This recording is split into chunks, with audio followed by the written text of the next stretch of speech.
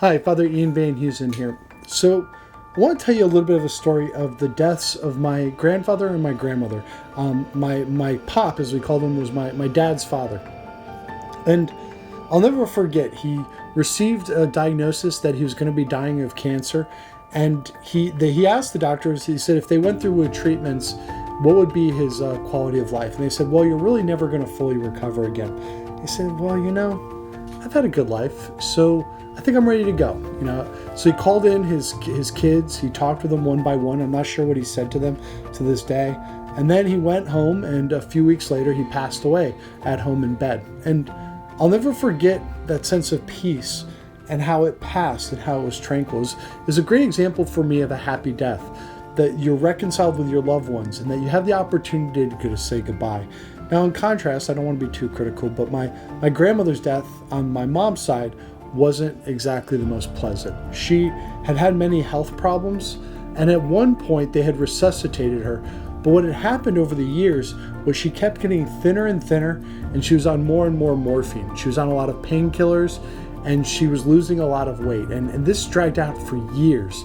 And towards the end, she wasn't really even in use of her full faculties. I thought, man, what a contrast between my grandfather, who had the opportunity to say goodbye and to kind of pass peacefully, and my grandmother, whose death was very long and drawn out.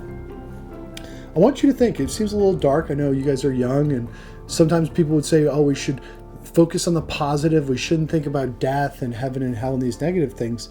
But I found for myself and those around me that when we reflect on death, what is our desire? When we reflect on what's a happy death, this can be a great means of overcoming the fear of death, but also learning to live more in the present moment. That is, recognizing what are the eternal values that are fundamental to our flourishing, and what are the things that we need to ignore, the small stuff that we don't need to sweat.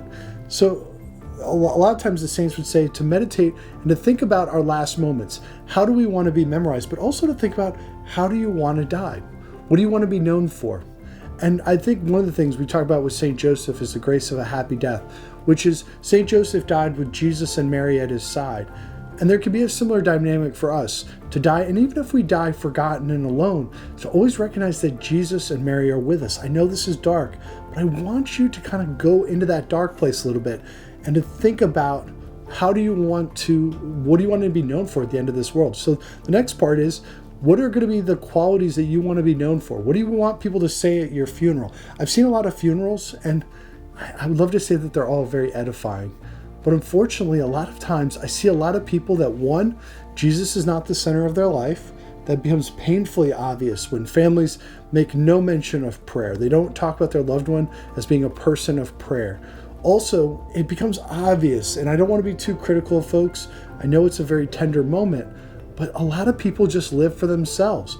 That is, they take care of themselves, they take care of their family, and they take care of their friends.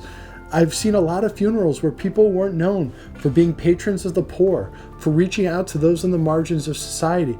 And of course, we always say nice things at funerals, but there's often underneath a lack of faith and a lack of generosity. Do you want to be known at the end of your life as somebody who was heroic? Somebody who reached out to those who in the poor, the margins of society? Do you want to be known like a St. Francis of Assisi or somebody great? See, that's the thing, is when we have that eternal view, what's going to last? For example, if you have a vacation, let's say you're doing spring break as a college student, are you going to so you come to the end of your life, are you going to regret that you didn't go partying on Myrtle Beach or in Florida, that you didn't go party with your friends? Or are you going to regret the fact that you didn't care for other people? Maybe you could spend that time in prayer, or maybe you could spend it on a mission trip. How much greater is it to care for other people than to care for ourselves? This is at the heart of what it means to meditate on our death. So I want you guys to do is, in a spiritual exercise, we have a few questions. I want you to think about your own funeral. I want you to think about, what do you want to be known for at the end of your life? Do you want to be known as somebody who cared for the poor, who was heroic, who cared for others, that put others' interests first? Or will you be known fundamentally as somebody who just cared for their friends and their family?